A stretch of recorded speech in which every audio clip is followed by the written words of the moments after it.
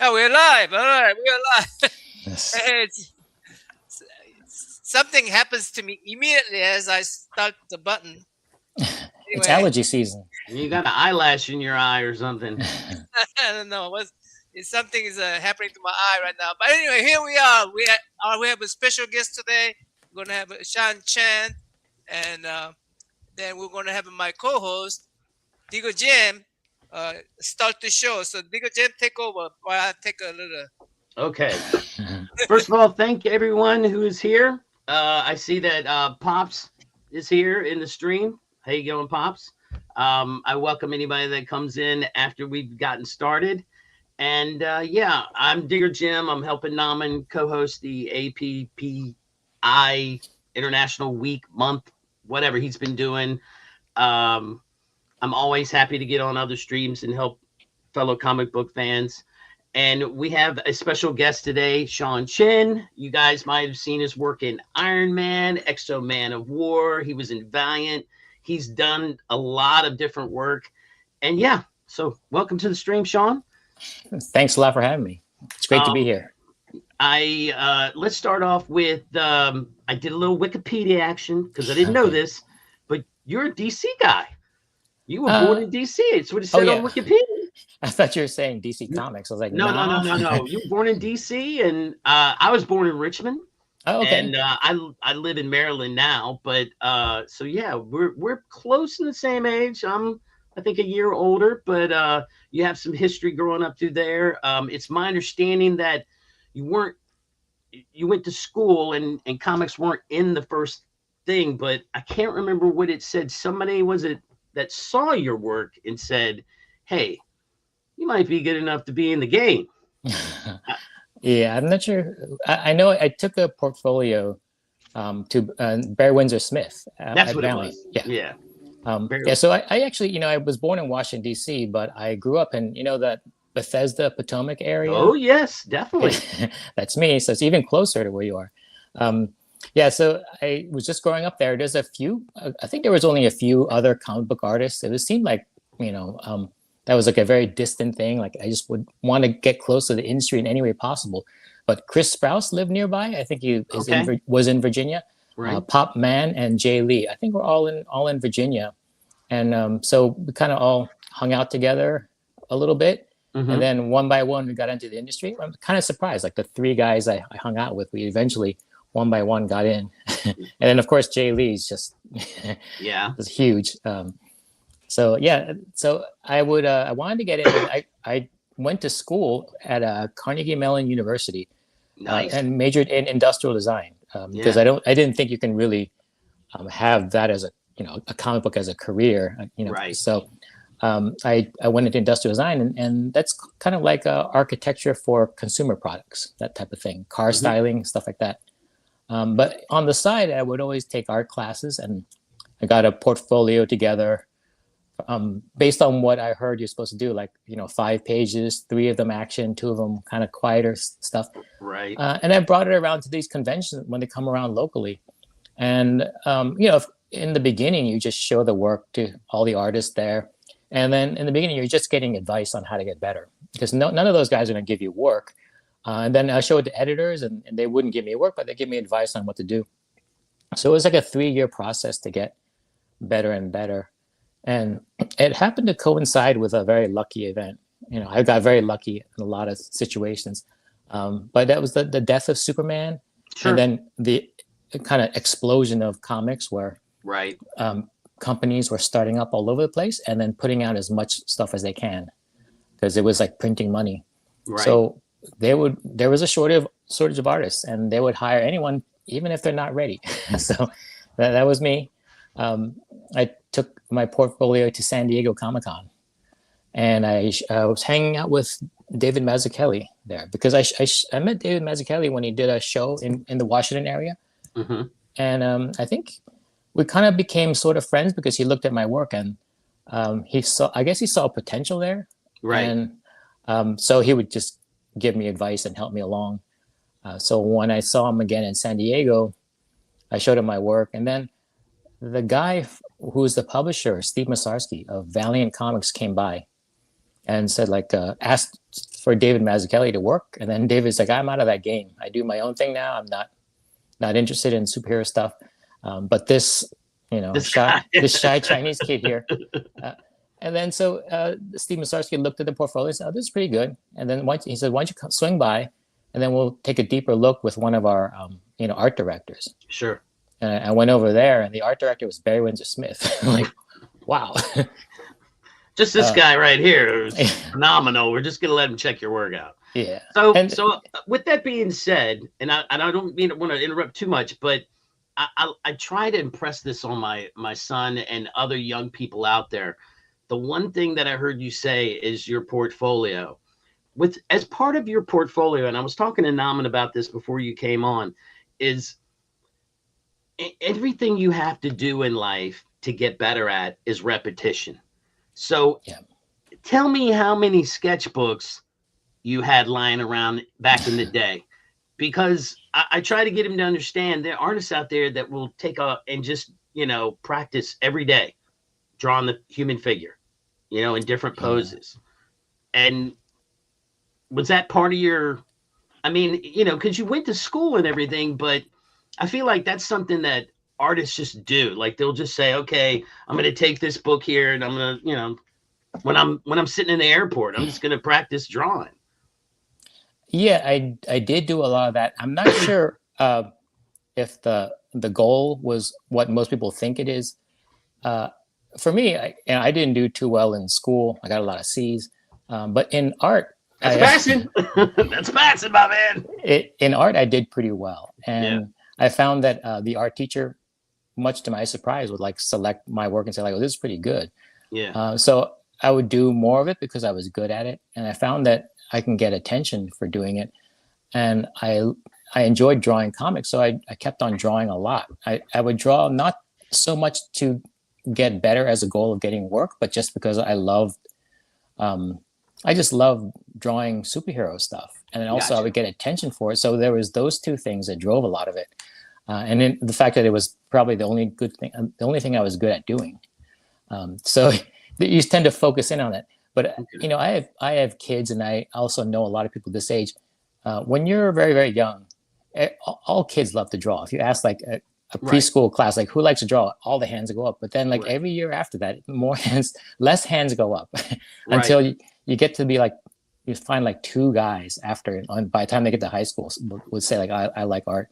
And that was one of those. I was one of those people that survived that whole thing because for some reason it loses its luster as you get older, and it just becomes less joy and more work. And you just have to love the medium or love the output to basically to face all that friction that comes with getting better. It's tedious and it's hard work. I think it's worth it, but I think. These days, I know a lot of like my own kids and their friends that they don't really draw anymore. I mean, it's kind of, I don't know what it is. Like maybe it's because of the screen time and attention span. A lot of things, it's harder to get kids to sit down and focus on drawing. Right. But it's very important. If you were going to, you would have to practice. That's my whole point. Oh yeah. And I express that to people that like, you just have to practice. It doesn't matter what you're doing. In order to get better, you have to continue to practice. But let's circle back. Barry Windsor Smith. He looked at your stuff. He goes, "Holy cow, this guy's amazing. Let's give him Exo Man of War." It didn't go like that at all, really. I mean, he looked at it, and something was kind of up because he would look like he was disappointed or like just like not liking it. Okay. And then the way he was talking is like very critical and pointing out things that I thought were a little bit nitpicky. And I knew my work wasn't fantastic, but I didn't think it was as bad as he was painting it out to be. Right. But then when the portfolio review is over and he just leans back and says like, well, I just want to tell you this stuff is fantastic. And I just wanted to see whether you're going to be one of those people that are teachable or if it's going to be a problem. Like I don't hire people who are going to be problems. Right. So he was basically kind of fooling me, trying to see if I would break and get defensive. Right, running a test on you. Yeah. And he said I took it in stride, and he liked the fact that I had a little bit of a sense of humor about my shortcomings.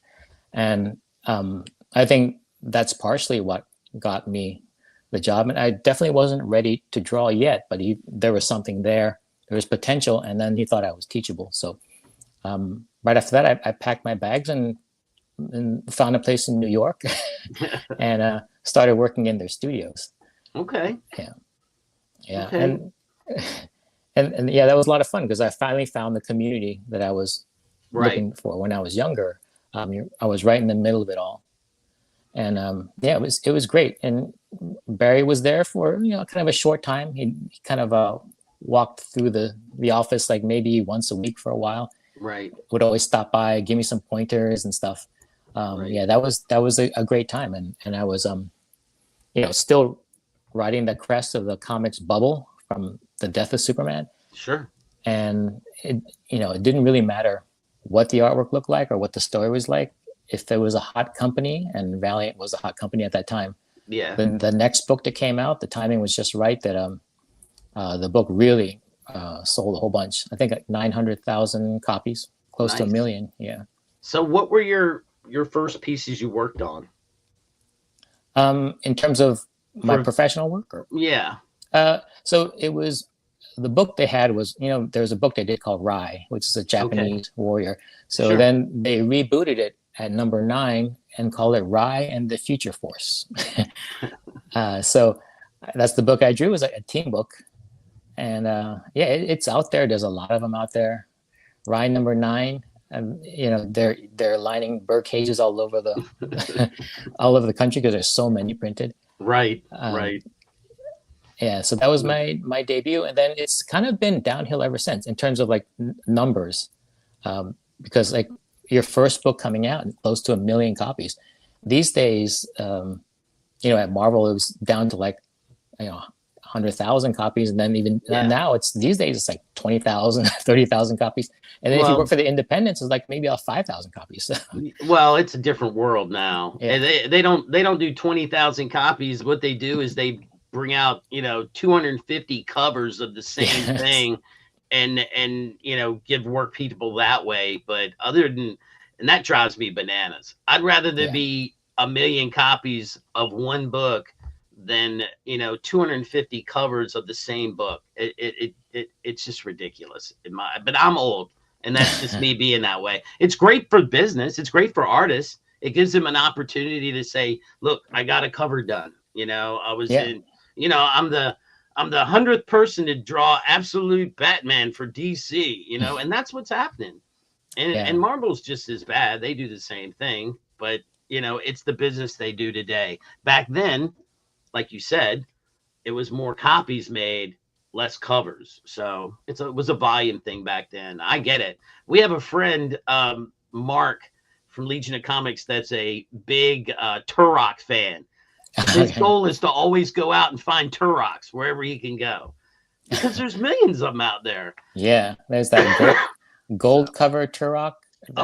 That's So, but that got you in. That was your stepping stone that got you into the community and into the comic industry to get you started. Where I know at one point, I think I read you were on. You did a bit with Iron Man, right? Yeah. So this is at a time when Iron Man just came back from Image. So there was a time when I think sales were kind of lagging. So they would lease out the characters to Image. So Image did their take on Iron Man, Avengers, Thor. Right. Was it Thor? And that was called Heroes Reborn. Okay. And then so when that term was over, the event was called Heroes Return because they're coming back into the Marvel fold. Right. So a lot of eyes are on like, who's the writer, who's the artist on those books. Okay. And so I drew, the last book I did for Valiant before I left was Exo-Man of War, which is basically an analogous character. Mm-hmm. Instead of red and gold, it was blue and gold. Right. So, it's within striking distance of Iron Man. So I made they selected me to take over Iron Man. So sure. That was the big leap from a small pond into a big pond. And so Kurt Busiek wrote it, and I was on that book for 3 years.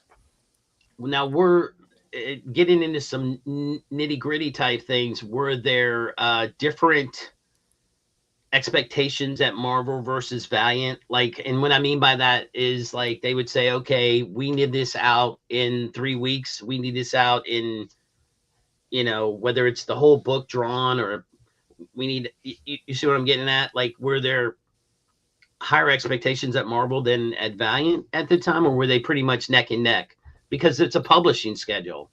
Right.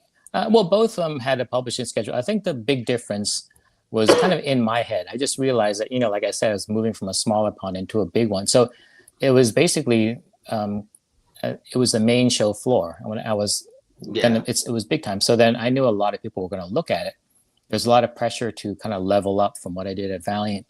And then I found that that's the case, like whenever you move from one book to another, there's an idea that you have to level up so that to impress people. And it becomes a relentless desire to kind of force, when people grow, you grow steadily at a certain rate, but then I had to try to force it to get better. And the one thing I control is how much time and attention I put on each page. So it got to a point where it was an obsessive all day long, all night long drawing without any rest, and then not allowing yourself to burn out and not allowing yourself to kind of get lazy or anything. Fill the background with backgrounds and stuff like that. Right. A happy median point where, because that was my next question. Is there ever such a thing as getting burned out from doing that much work? I would think so, but I'm not in it, so I don't know. I don't think if it was burnout, I'm not sure exactly what it looks like. Also, like when you're drawing, you're kind of too close to the work to know any difference. But then someone will tell you, those past 2 years weren't as good as the years before. I'm like, wow, really? I guess I was burnt out. I didn't know. Right. But I still riding on the fumes of just being so lucky to be in this industry. Sure. I think burning out is sort of kind of an insult to all the people trying to get in. So yeah. Well, no, I'm with you. I just know that there are people that, like, I felt like, and again, I don't know how long it takes. Every person is different, and you don't know how long it takes them to do a cover. Some people, it takes a long time just to get the cover the way they want it, because mentally they have to have it the way they want it. Like they're saying, hey, draw me this cover of Thor and he needs to be fighting this guy. Then it's a whole putting it in your head and being able to be happy with what you're giving them. And some people can just churn it out and others can't. And I know that, if they get a new artist at Marvel, I've noticed that they just latch onto them and they're like, all right, I need cover after cover after cover after cover after cover, and at some point you get burned out because you have to be. Either that or you're like, holy crap, I can't stop, because when they stop asking me for covers, it's a whole different feeling. So again, I don't know. I mean, I'm just talking. What I noticed by Sean's answer today is that instead of I'm doing art because I want to get better at it. To me, it sounds like I love art, so that's why I'm doing it. Yeah. Yeah. And if you're at a point where I have to do this art because I want to get better at it, then maybe you don't have the passion. Right. Sean has, Yeah. Because what Sean is saying is that I just love art doing it. Right. Right. So that's why I do it all. But if you're in a position where you say, "Oh man, I gotta do my art. I gotta do my every day," and maybe then you're not loving it. Right. You're not in a position to be in it anymore, and that's what I was trying to get at. Yeah. There are people that get tired of things. I mean, they do. Yeah. I mean, I understand that. It's true. Like, if you like pizza, you can't eat it every single day.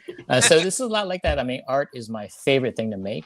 Yeah. But after maybe a couple of decades of doing it just about every day, I think I had my fill. But this was a kind of an odd thing. Like I've had maybe 3 decades in comics, And I worked during the 90s where the royalties were big. Yeah. And then also I was working so hard because of the schedule. I never had time to spend that money. So I gave it to my parents, and they invested it. So at this point in my life, there is no need to do this anymore. Right. Because I'm done. But I'm still looking for, or I'm still drawing. Like the Instagram is updated daily with more stuff. I willingly start projects with companies. I'm doing a book for 24/7 Comics. It's something I wrote and drew, and it was a years long process. It was grueling. It was one of the hardest books I ever did. Um, it's called Evermind. I think Yeah, this is it right here. Yeah, All yeah. right. That's my latest thing, and it's one of the hardest thing I ever did at a time when I don't need to be doing this. But like the idea is like I'm a creative type. I have to keep creating, and I will continue to do it. And you got to talk to Daniel Wu. Yes. It was freaking awesome. Yeah, he's great. He's such a nice guy. And originally the publisher asked when we developed the story together, me and the publisher, and when it came time to draw it, I was like, well, what does a main character look like? So Yeah. I called him up and asked him, like, what do you think he looks like? He wasn't even Asian. I mean, he was just like a scientist. Right. And then he said, well, make him look like Daniel Wu. I was like, oh, okay. So that means the character's Asian now. Okay. And then I brought up the ideas like, because this is an independent comic and then this company's very small, a good way to hit the ground running would possibly also, because it was my first time writing, my first gig, maybe to see whether he'd want to come on board to endorse it. And maybe if we're lucky, he might, chime in and steer the story a little bit, like something he might like to read if he were reading it. So my publisher got in touch with him and he liked what he saw. So then he's on board now. We kind of co-create this book. And it's great because I have no connection to the whole Chinese market. I don't really speak the language too well. I'm unfamiliar with Hong Kong and China. Sure. Because I'm Taiwanese, but I was born here. But Right. he has a huge following. Yeah. in Asia. So when like he opens a lot of doors and we're getting it published there. And so it's going to be for sale and translated in Chinese. So, I wouldn't be surprised if that's going to be like most of the sales are in China because he's such a beloved person. He's great to collaborate with and he has great ideas. So when did you start that? Was that last year before? Oh, it was probably a few years ago. Years ago? It went for a while without Daniel. I was trying to feel out the story. So this has been percolating for a while. Okay. And only really seriously started drawing it a few years ago. So the book Evermind is basically like a 12-issue story. Okay. However, it's condensed down because it's not being decompressed. It's really highly compressed. So it's very concentrated. It's in the space of about a 9-issue story, but then it's divided into 6 parts. So so it's, even though it's a 6-issue story, there's 9 issues worth of pages and 12 issues worth of story, all packed into those 6 issues. So yeah, it was a chore because it's science fiction and the ideas have to really resonate, and there's a lot of ground to cover, a lot of exposition that you have to try to find ways of imparting on the reader at the right time to make it interesting. And I'm very proud of it. We're pushing it hard. We did a couple of Kickstarters for it, and it's we're going to be pushing hard for San Diego to get the collected edition out. And the company, I was hired to create an IP for the company, and they're shopping it around for the other markets, like movies or animation stuff. I don't know what's going to become of it, but I did my part of creating the story and then creating the characters and drawing the book. There you go. Is there anywhere that somebody could go right now and pick up the old issues? Well, there was a Kickstarter, but I think the Kickstarter finally is going to start fulfilling, so it might have closed. But then it's going to be released because 24/7 Comics is going to be under the umbrella of Tokyo Pop, Okay. and Tokyo Pop is going to get it out into the bookstores. So it's going to be in comic book stores in floppy form, probably by next year. Okay. Well, we'll be on the lookout for it for sure. For sure. Cool. Sean, the Yes. one thing I noticed that was I remember on our last interview, you told us that you actually like drawing. You sort of kind of got tired of drawing Iron Man, and then you started drawing. Wolverine was your favorite guy to draw. But one thing I noticed about your new books is there's a lot of likeness to Iron Man. Yeah. It's weird. Like, I think as an artist, there are things that you can draw well and things that you can't draw well. One of my strengths was because I'm an industrial designer, I can understand man-made objects. Right. It's like doing math. You can kind of figure something out. There's no mystery to drawing robots because they're all made of basic shapes that all come together in 3D space. Human beings, though, are very hard to draw, and as far as I'm concerned, because they're so organic and there's that spark of life that's really hard to capture. So I can understand and draw man-made objects well, like cars, tanks, helicopters, and stuff like that, spaceships. So I tend to get those projects a lot. It doesn't mean that it's fun to draw, because I would love to draw just like, beautiful naked women. It's just that I understand like drawing like Panzer tanks better. Yeah. So, but I mean, I guess that can lead to the question of what you're getting at, Naman, was what do you like to draw now versus what you have in the past? And so are you going to any cons now? Do you go to cons, or is that anything that you even, other than San Diego or something like that? I mean, do you go to smaller cons and do booths, or is that on your... Sean, yeah. I'm going to answer that right now. Okay, answer that right now. Yeah, because you know why? I didn't know it. I didn't know Sean was going to be at this place that I am at in May 31st. Oh, I don't okay. know. He's going to be... so I didn't know this. I really did. And but Wait, is there a May 31st? Yeah, May 31st. Yeah, May 31st. Yeah. He's going to be at the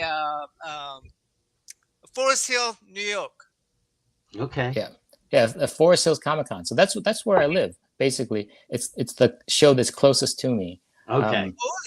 Yeah, it's at a high school, and I've been doing it for about a dozen, maybe like 5 or 6 years now. I've been doing it. Yeah, so that's a small show. So the shows that I do tend to be local. So there's no flying there, and there's no hotel really. And mostly because I have kids and obligations at home, so there's a lot to take care of here.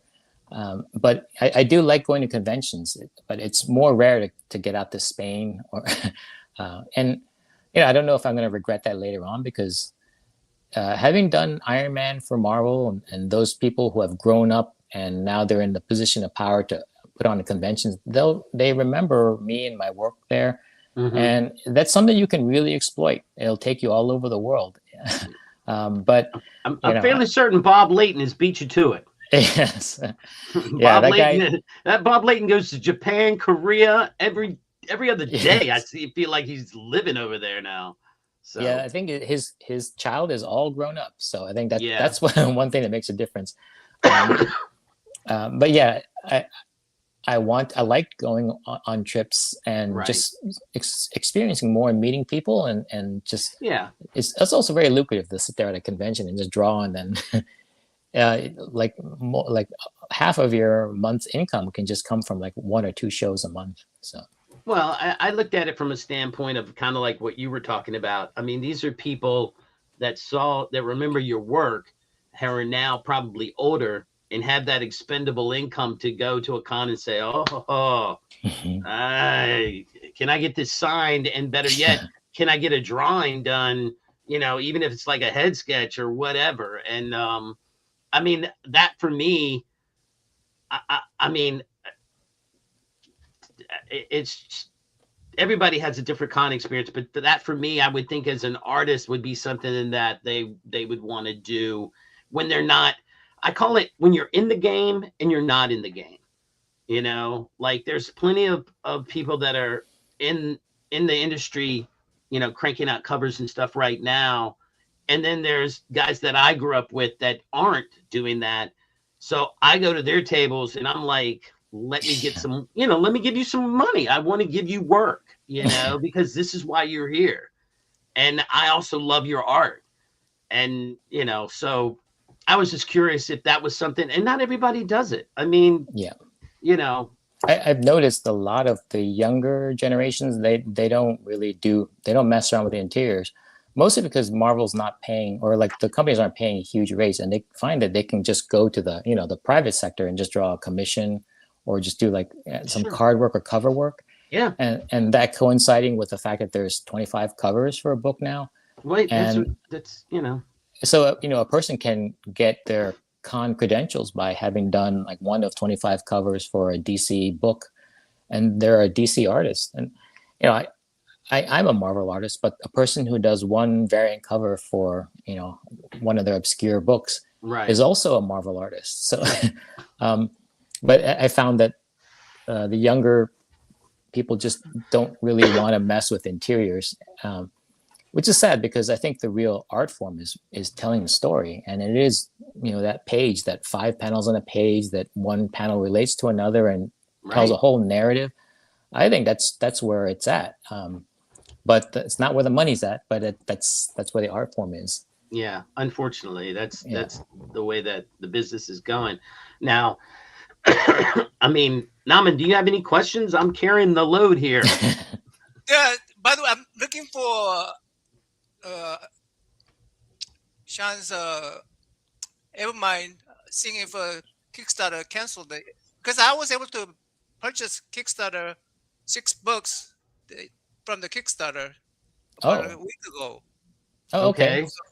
You know, it's one of those things where they keep it open after the period of campaign is over. So there's late pledges are welcome, and you know, those are great because the number keeps going up and up. But yeah, I think it's recently started fulfilling. So I'm not sure what the status is, but I guess suppose you can still pile on and get the books. Yeah, well, I'm bringing those books over to get you to sign them. Oh, cool. Forest.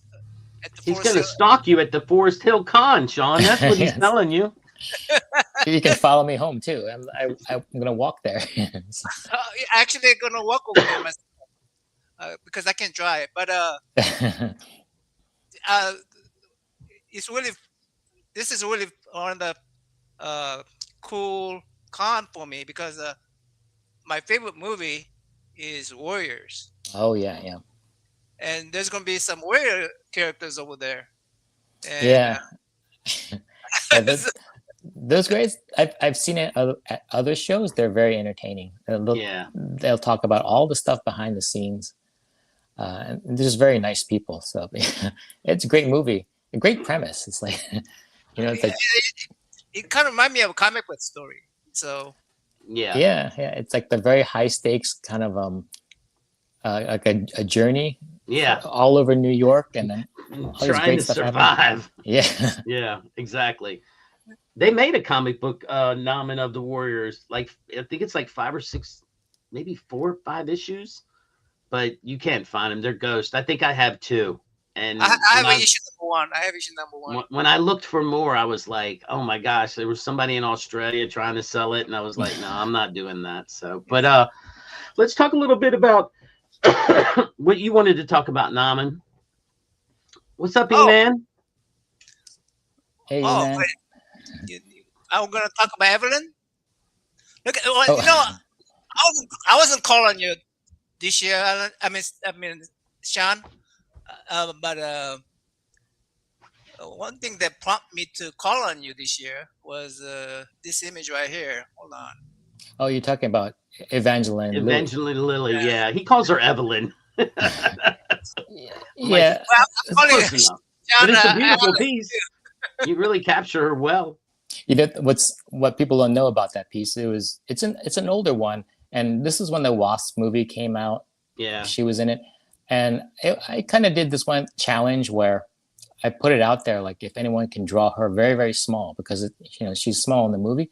So this drawing is about the size of a dime. You can fit it on a dime. Wow. So it's blown up very large. So you can kind of see, like it looks like charcoal, but it's a very, very sharp pencil that's drawing that. Holy cow. Oh, wow. I thought it was charcoal. It's a regular sharpened pencil. But the reason I put it up is because she spoke out against what happened, what Marvel did. And very brave to do that. I think most people are kind of afraid to bite the hand that feeds them. Sure. She really called out Marvel for doing something really crappy. If you think about the whole thing that happened, if those, whatever 6 guys or that team that determines the look of those movies, it's all fair game to replace them with someone else or technology. But then also, like, that's bad enough. But then also to kind of, you can set AI to kind of train on all of what they did and what all of us do, and then just kind of output in an instant, like all these different variations, and you can just kind of let everyone go, and then just have the computer take over. And we were unwittingly training AI the entire time we were submitting work. So and then when it's used against us, we're like, wow, I did not think that was in the process of happening, and it just seems kind of unfair. So she spoke out about it, and I had to put up this picture. I didn't really say, like, I didn't make any allusions to AI. Just like, here's a picture of the very classy Evangeline Lilly, and then you can kind of. But it's kind of like being very chicken about it, because I don't want to get on Marvel's bad side. But I'll say right here, like, Marvel, you did a crappy thing, and your company with Disney is kind of being shitified with a lot. We've seen this 1,000 times with different companies. They get to a certain point and they start making certain decisions, and that's when they become crap. And you got to watch out for the younger, smaller, more maneuverable company that have doing things more ethically, that are going to, kind of give you trouble. And Marvel is kind of too big to fail, but it's not too big to be shitified. So. Oh no, I agree. I mean, look, I'm very they're even where I work, they're asking us to take classes on how, if you're going to, we want you to use AI if you, for certain things. And I've been very hesitant to go and even take it's like a Teams class. And I'm like, I think I'm good right now.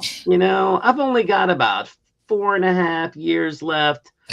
I'm going to ride this out and try not to get AI involved in my life. But I think that's the right choice as a creative person. Companies, they can do whatever they want. I think it could be really beneficial to a company. Companies, they don't really owe us anything, a living or anything.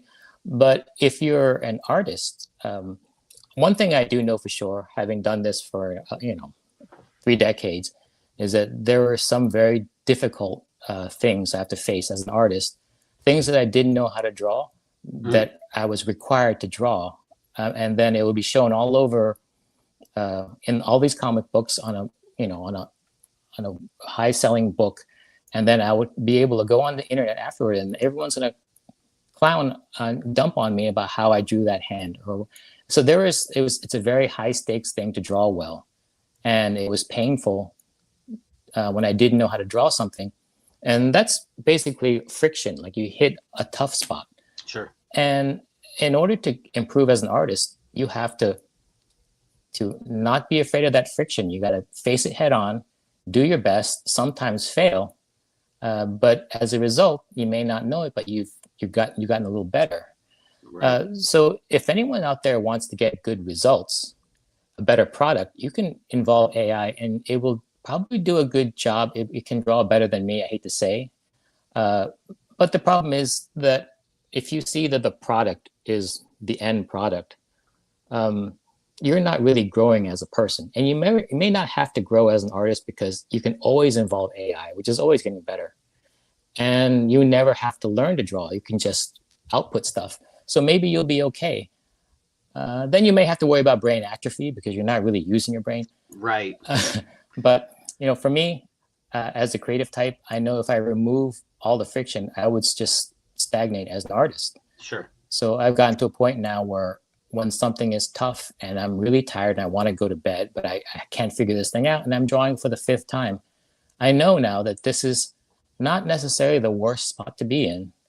And Right. I have to resist just turning to AI or just tracing photo reference as long as possible, because this is something is going right with everything going wrong. Right. But when you're a company and you're responsible for shareholder value and profits, then AI is a tool that you can use. I think it's fair game. And then you just have to think about destroying the planet and then putting creatives out of work. But that's companies really don't owe us that.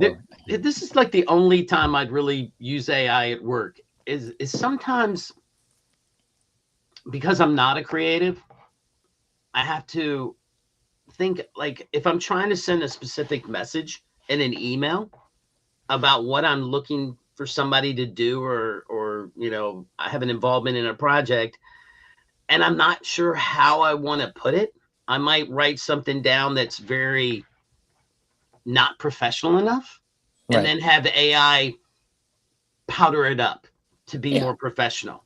Yeah, I mean, it's very useful in a lot of situations, and it's also harmless in a lot of situations.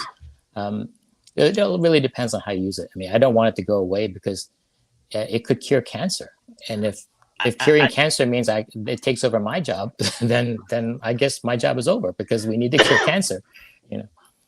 I'd like it for that, but I'm a programmer. I have been programmer since 1985, right? So, and I also studied AI.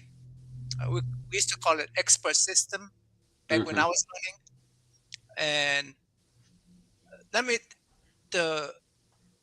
what they're doing with AI is fantastic, but the company getting rid of people really isn't about AI advancement.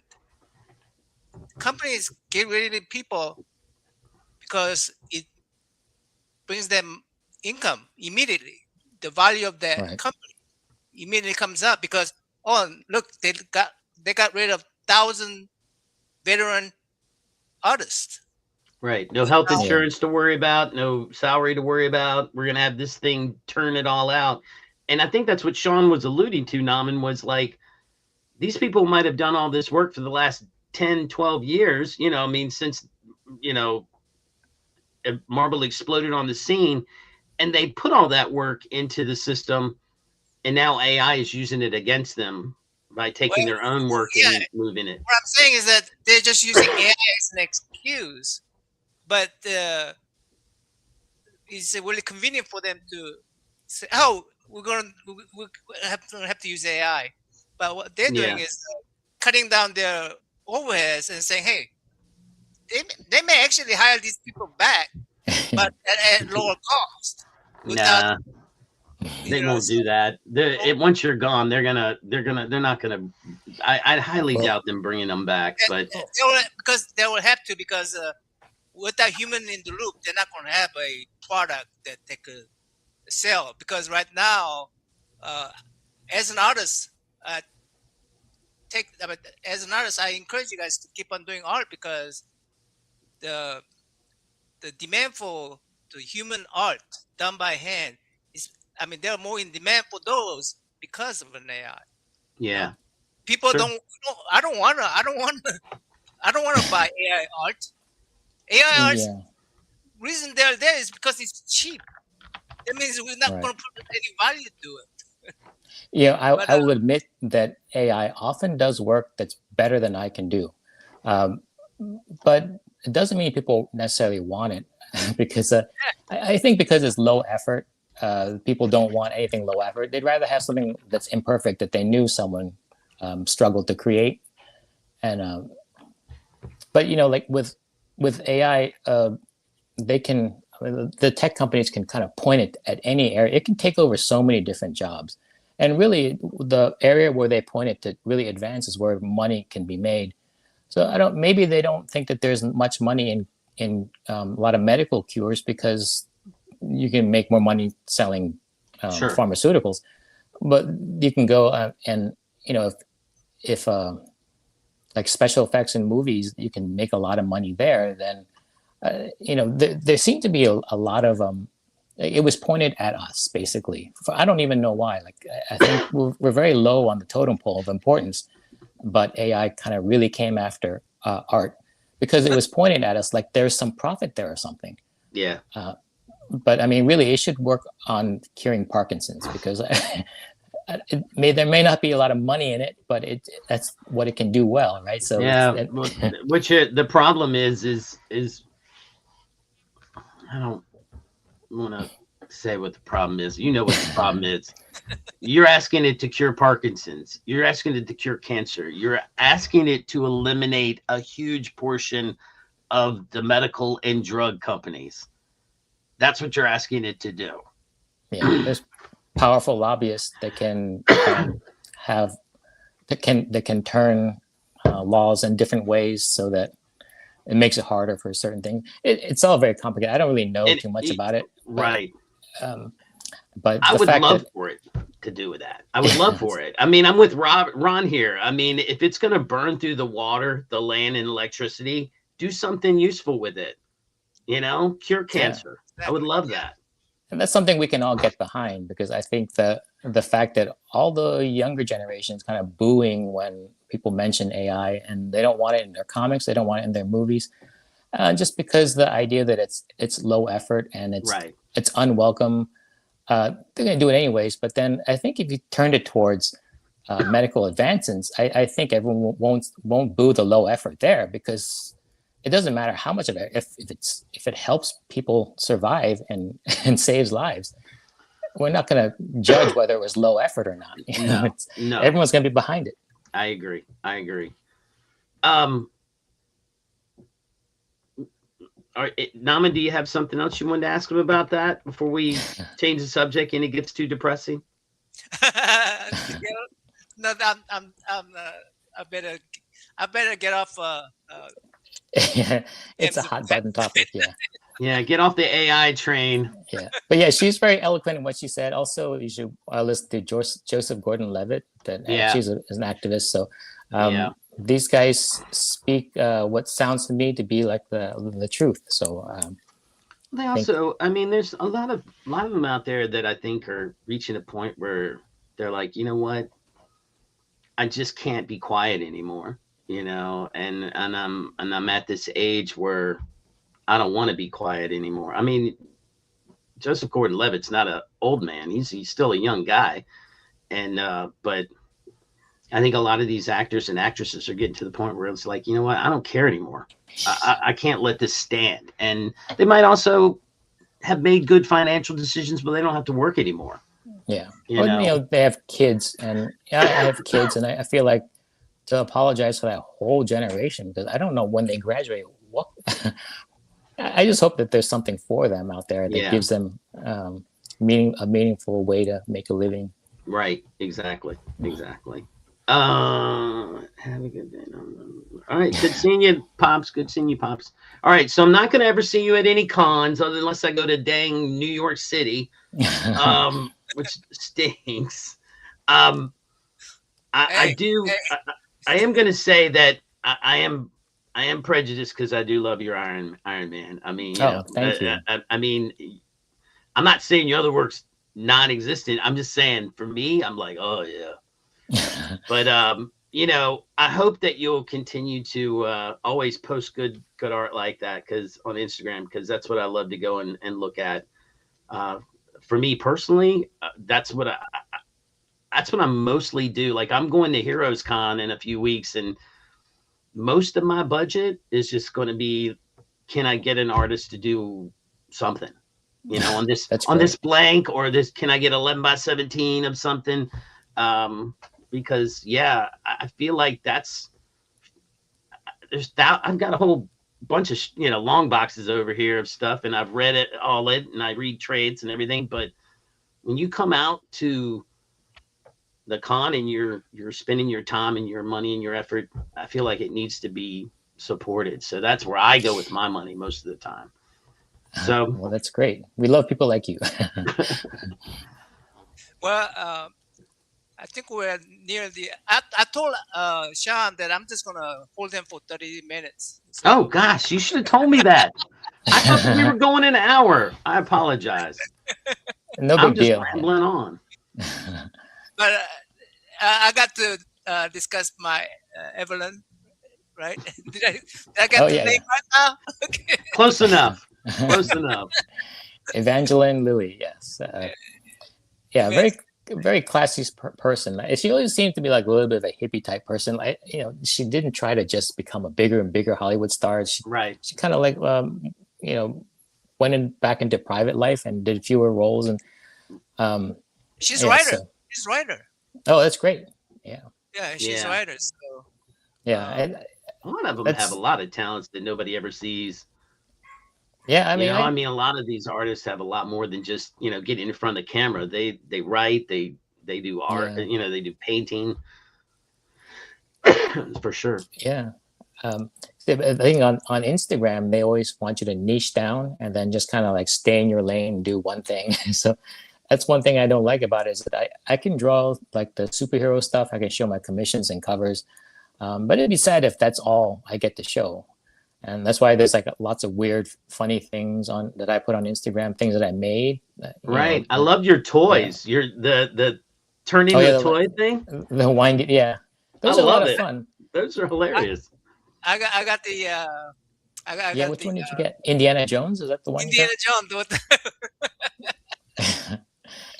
Yeah, it's just fun because I'm an industrial designer, so usually the art that we create is small and two dimensional because Right, it's right. comics, and then it's great to just break out of that and make an actual three-dimensional object. So, but yeah, Well, you're looking at the guy that definitely doesn't stay in the mold. Like, I don't care about numbers on Instagram and I don't care about numbers on YouTube because I do comics. Like I like to post comics, but I also do metal detecting as a hobby. oh cool. That's why I'm Digger Jim, because Oh okay.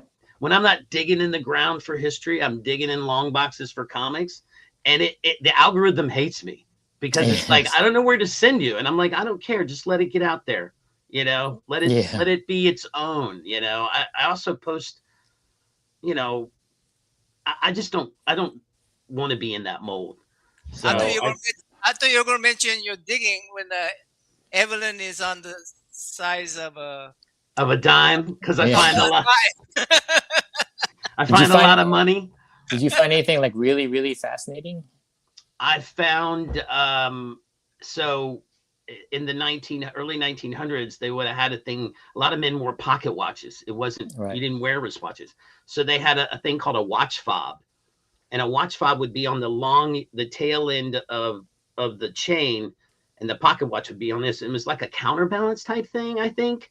Not Oh okay. 100%, but a lot of times they were either advertisements or politics, and I found a political one, Oh cool. and it was the guy running against oh my gosh, I can't think of his name. He was running for president, and he was running for the Democratic nomination for president of the United States. In this town he came and stumped. Oh wow. He was a senator from Missouri. He didn't win because he wanted to eliminate the House of Representatives as his platform. But that's kind of from a historical perspective. I've found plenty of like Civil War bullets and stuff, but I Oh don't. wow. Okay. I mean, a bullet is a bullet. Here, so that is a breastplate. Oh. Okay, and a soldier would have worn it. I mean, it would have been, obviously it's not. It would have been gold. It would have had like a gold guild, and it would have come across here like a sash. And I don't know Okay. who thought that was a good idea, because during the Civil War, these guys would take these things off and throw them on the ground because they didn't want a target saying, "Here, shoot Okay. me right here." And I found this in the ground last year, and I had a guy clean it up. I didn't have him straighten it out. It's kind of, curved up, because it would have been flat, but over time, with when you're in the ground, it freezes and thaws. So it bent the metal up. And I just said, you know what, just leave it that way. But he Oh did clean cool. it up for me. This is lead, and he put like a backing on it to keep it from flaking. So I found a Wow. bunch of stuff. I That's found, cool. you know, You can combine your two loves and then write a story that starts with a guy who found something right. by metal detecting. It seems like a great sci-fi or fantasy story. So, but yes, enough about me and my nonsense.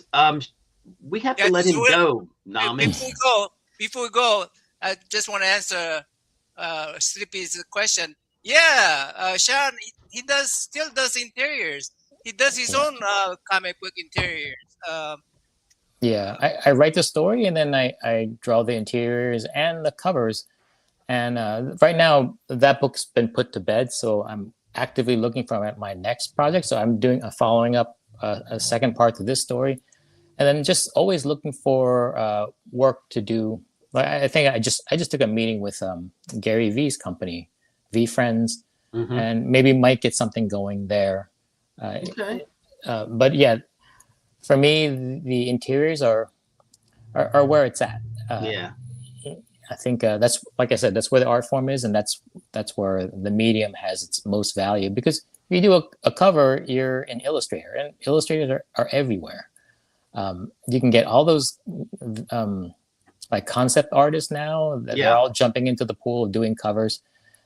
So there's really nothing special about a cover guy.